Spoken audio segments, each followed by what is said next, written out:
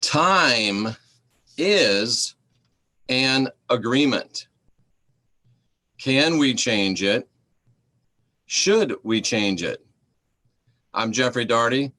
This is New Cosmic Knowledge coming at you, wall to wall, treetop tall, coast to coast, border to border, and around the world via YouTube.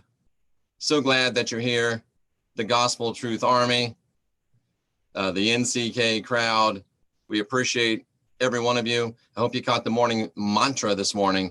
It was very powerful. And speaking of very powerful this morning, I was in my now 20-minute, that's right. Wouldn't it be funny if you got prideful about meditating 20 minutes? But Sandra is such a great teacher. She's got me up to 20 minutes meditation in the day and in the evening. And I'm telling you, this is, if I used to do 2, I'd be happy with myself. So it's very powerful. And in my meditation this morning, you're not really meditating for anything. You're not trying to get any ideas. You're not really listening. You're just trying to sit in the seat of yourself.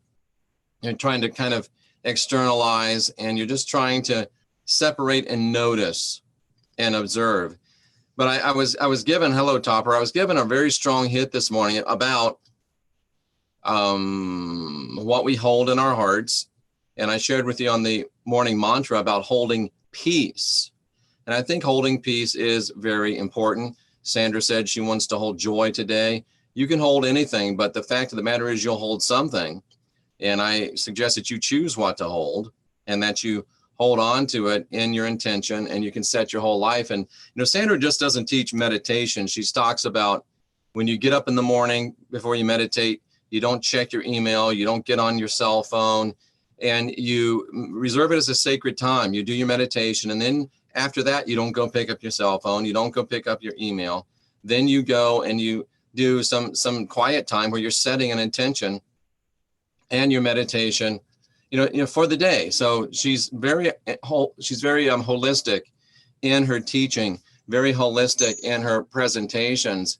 And I wanted to just make you aware of something. And this came to me also, and I'll be talking about this later today. I've added on our offerings here on Serpent and Dove. This is Sandra and I's website. We are working with people. If you want to work with us and you want to work with us soon, things are filling up. So you want to get with us. You can go here to the Serpent and Dove website. It's simply https://serpentanddove.org. And I added on here sacred sexuality.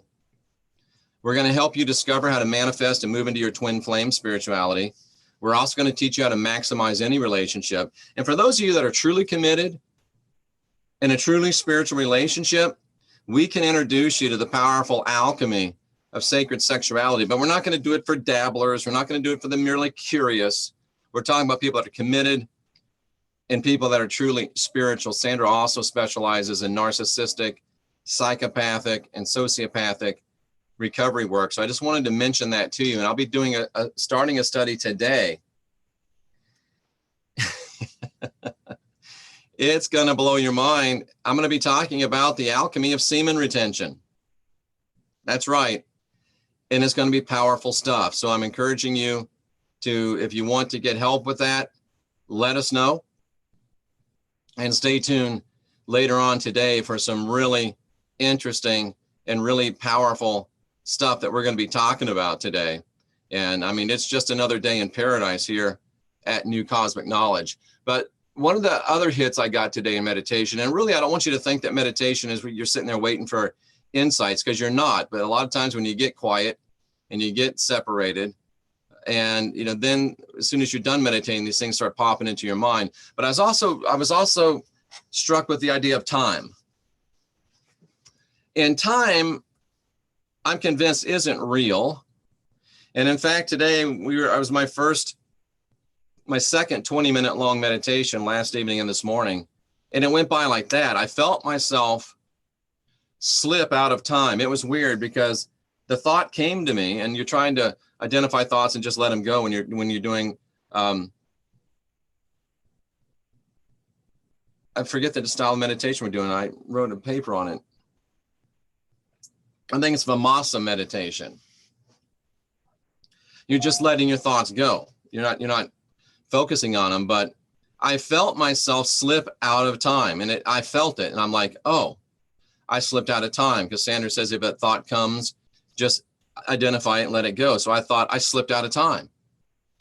And then it seemed like just a couple seconds later, I thought, oh, let me slip back into time. And I did. And I just let that go. And then the bell went off. It'd been 20 minutes. It was a rather profound spiritual experience. But time, I am convinced, is not real. At least it's not what we've been taught it is. It's not linear. And it's not the all-consuming, controlling force that we believe it to be. I'm 100% convinced of that. It is really not what we want it to be, ladies and gentlemen. It is totally not what we think it is. And my question is, should we try to make it what we want it to be? So time is an agreement. We've agreed, and Wayne and I talked a little bit about this on the Sunday morning show. So if you missed the Not Your Normal Sunday show, go back and watch it after this broadcast. It'll really help you. Time is an agreement. And I'm listening to Stones and Rocks. This one's from Deborah L. Smith. It broke, but I still got all the pieces. And time is an agreement. We've agreed to abide by this thing called time. We've agreed to live our lives according to this thing called time. We've agreed to allow this thing called time to control our lives. And it does really control our lives in this realm to a great degree. And I've said to you before, and I continue to believe that it is now, it's the most precious commodity in this dimension, because once it's used, spent, and I missed the garbage man today. Once it's used and spent, you can never get it back again. Time is gone. So, but that doesn't matter if you live in the moment, does it? So anyways, time is an agreement. And as I slipped out of time this morning and slipped back into time, the thought came to me that I could do this at will. Sure, it would take some practice. Sure, it would take some refinement. Sure, it would take some discipline, but I'm convinced that I certainly can slip in and out of time at my will. I can do that. But my question is, should I do that? And what comes into my mind is, Sandra and I are 250 miles apart, twin flame relationship, heading on down the road to bigger and beautiful things. Not now, Mom, I'm live. Sorry. Got to tell my mom I'm live. Call you soon. Oh, boy. You got to love your mom. Never put your mom off, ladies and gentlemen. So anyway, where was I? 250 miles apart. We don't get to spend a lot of time together. So my thought was, I could slow down time when I'm with her. I think we could do this. I think we could slow down time. I literally believe that we have the abilities to tap into the frequencies to slow time down. And to me, I thought, that's a great idea. When I'm with Sandra, I'm going to slow time down. And then I started thinking, can we do it? Sure. Should we do it? I don't know, because just because you can do a thing doesn't necessarily follow that you should do that thing. Because I began to think a little bit about the implications. If I slow down time for arguably a romantic reason, arguably an equitable reason, arguably not a bad reason, but if I slow down time, and I remember I'm thinking of Elvis, if time were not a moving thing and I could make it stay, this hour of love we share would always be. There'd be no coming day to shine its morning light, make us realize our night is over. But anyway, even if it's a good motivation like that, even if it's an honorable motivation, romantic motivation, what are the ramifications of slowing down the timeline? What are the ramifications of toying with the timeline? It's like, if I could just go back in my past and change this, if I could just go back in my past and change that, or if I could go back in Sandra's past or my kids' past, my mom's past, and change things, make it easier for them, remove that burden. But what would happen if you change that timeline?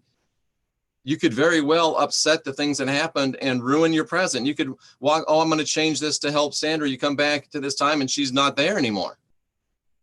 I know it's kind of Star Trekian, but so many of us suffer from guilt and bondage and shame of our past. And let me first talk to the people that are not happy with their present. You're not happy where you are. You're not satisfied where you are. You don't like where you are. You probably think it's your fault, and maybe it is. Maybe you've done some dumb things and made some bad decisions. So if you're not happy with where you are right now, what do you think ET abductees claim no loss of time? Because in the astral realm, Topper, there is no time. And here I go, I'm going to get myself in trouble. I think that the vast majority of quote unquote ET abductions are not in our real time. And we'll talk about that later today. I'm going to talk about that again. Astral holographic technology coming up later today. This will blow your mind, and I don't care if you believe it or not, I'm right. Astral holographic technology, the vast majority of abductions, and I'll almost say all of them, because the energetic requirements for an extra world entity to get into this realm are enormous. That's why they build crafts trying to bridge that gap. And I know this shamanically, I know this astrally, and I know this, I think, from just plain old study. But at any rate, they are mostly astral abductions. They're making you think they're in this realm, but they're not. You're being pulled into their realm by using the latent abilities that we have to enter the astral. Just like that, I can teach you to do it, but you don't think you can do it, but you can. So it's called astral holographic technology. I'll talk about that later tonight. Or later on today, not tonight. So anyway, that's the answer on that one, Topper. But where was I? Where was I? Somebody tell me where I was. If we slow down time, what are the ramifications and the implications on this timeline? And if you aren't happy with where you are, look at your past. Identify the areas that you did wrong. And then forget it, because you're now in the present. And you can change your life right here, right now. Your past does not determine your future. Your past is past. Hey, strange beings. And you can change things right here and right now. So if you're not happy with your present, forget your past and go to work right here. Look at it, analyze it. I am talking about astral technology, Tanok, and I got to get back with you, brother. Great guy, great consultant. And this is just me, and it's something that I'm working on and correcting. Offering me free consultation on how to grow this work. Gave me a great first session, and I have just allowed myself not to be mindful enough to get back with him, and I need to on a weekly basis because it's transformational stuff. But anyway, sorry about that. So if you're not happy with where you are right now, analyze your past, learn from your past, take the lessons from it, and then forget it. Let go of the guilt, let go of the shame, let go of the fear, let it have no more power over you because it's a phantom. There really isn't even any past. It's over. Look at what you screwed up, cut your ties to it. I would do complete energetic tie breaking. I would break every tie I could to aspects of my past. And even if you're happy with your past, where you are right now, cut all ties to all aspects of your past that weren't serving to you. And then forget it. If you're not happy with where you are, forget it. And get happy with where you are now. Do different things. If you're happy with your past, if you're happy with where you are right now, you're happy with where you are right now, look at your past. You can still identify the things that you wish you hadn't done. You can still identify the things that weren't serving to you. You can still identify the mistakes, and you still should cut all the ties to all the things that aren't serving, because they can remain in there. If you don't cut them, even though you're not thinking about them, it can remain residue, and it can pop up on you in the most crazy times and places. Sandra was talking to this to me today. So cut it, cut the ties, cut all the ties you can, but look at it, analyze it, and embrace it. Embrace it. Even the times you did stupid things, embrace. Even the times you made mistakes, embrace. Listen to what I'm saying. I'm saying cut yourself off energetically from it. Cut all ties, cut all bindings, Make sure there's no feelings, no sympathies, no woo-woo, no fuss, no fuzzy, warm fuzzies. Get rid of all that. But you can embrace the entirety of your past for the reason that it brought you to a present that you love and a present where you really enjoy being. So if you're not happy with your present where you are right now, learn from your past, forget it. Flush it, flush it, flush it, flush it, cut all the ties, flush it. If you're happy with where you are right now, if you're happy with your present, look at your past, identify the mistakes, identify the things you did right, cut all ties to anything that doesn't serve you. Even if you don't think it's bad, if it doesn't serve you, cut the ties energetically, spiritually, and physically. And then embrace it as a totality. And then forget it. Because the strength from yesterday's victories is not enough to win today's or overcome today's challenges. That's deep stuff, and I wasn't even trying to talk about that.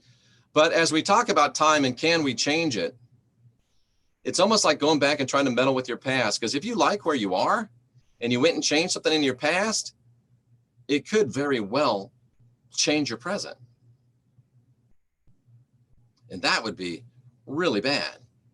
At least for me, that would be tragic, because I've never been in as good a place as I am right now. John says that from the beginning, he's noticed and has had to adjust his time of meditation. Trying to work with the warped time thing is detrimental to my work performance. Yes, I agree.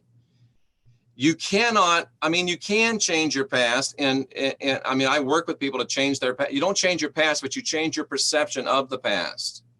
And I think you can even take things out of your past that aren't serving you, and you can access yourself in another dimension at that time, and you can heal yourself from that. But you're not really changing your the past. We're not trying to functionally change it.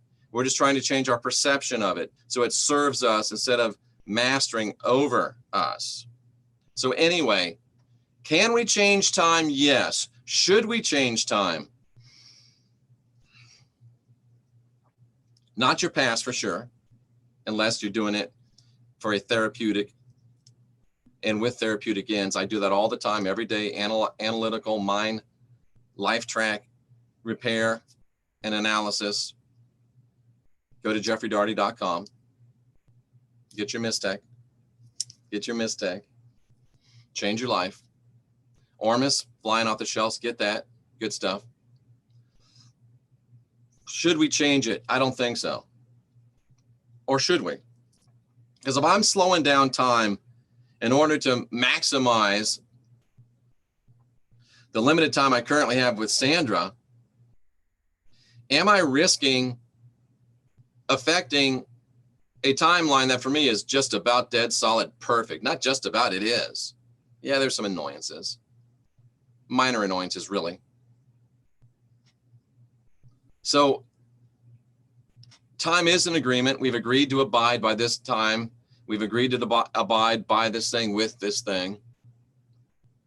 I'm looking into, can you walk into a past timeline? Once you finish your mission, can you go back and observe a new timeline? You probably can, but again,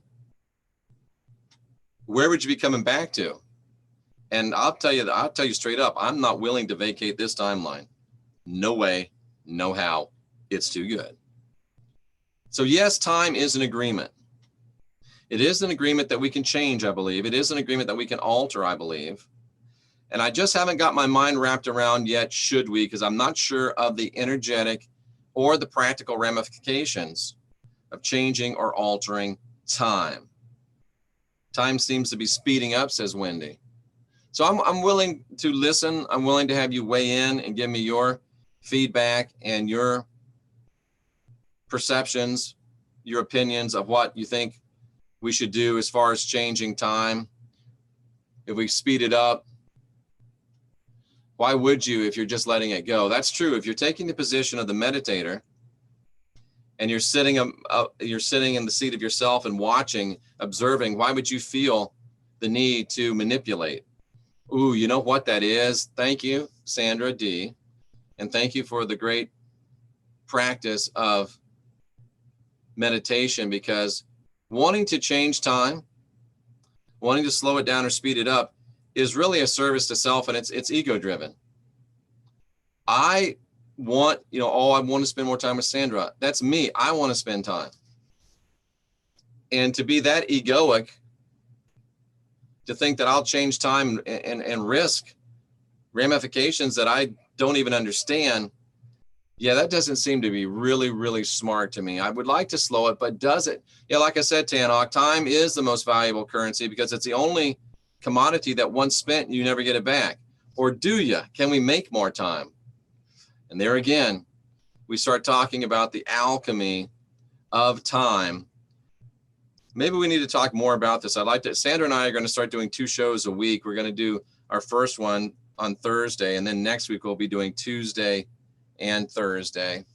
So we'll have time to talk about some of these things. I think that's one I want to talk about, the alchemy of time. I would love to hear what her beautiful mind has to say about that. And I know most of you think I'm with her because she's super cute. And to be honest with you, that is part of the allure. But no, it's as beautiful as she is on the outside. It pales in comparison to her beauty on the inside. It really is amazing. So we're going to want to talk about the alchemy of time with Sandra. I want to talk about purification rituals with Sandra. We got a lot to talk about, and we're going to be really doing some powerful work with you, and we're going to be putting out some powerful data for you. But time is about to change. Everything changes. Yeah, you're right. I just don't know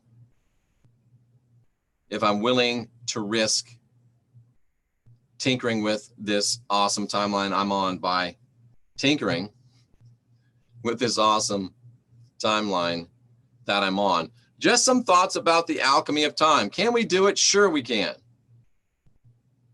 Oh, John, that's good. I think you're changing time when you're in the moment and are more aware of where you are presently. Yes. By living in the moment, you probably are slowing down time, or you're at least maximizing it. There's the better word. Perhaps it's egoic to, I just heard Queen when you wrote that, Catherine, from Highlander.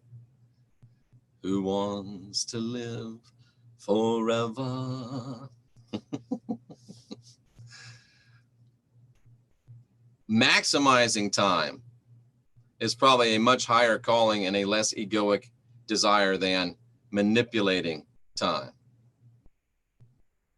And with that, we will go ahead and end this transmission of Broadcast Excellence. And Sandra and I will be starting a podcast. We're going to be writing a couple books. We'll be doing 2 shows a week here. Big stuff, powerful stuff, great stuff. Really looking forward to it. Time is an agreement. We can change it, but be real careful. I'm Jeffrey Daugherty. This is New Cosmic Knowledge. Ask questions, question answers. You're divine, you're sovereign, you're free. And because you're here, I know you're ready to unindoctrinate yourself.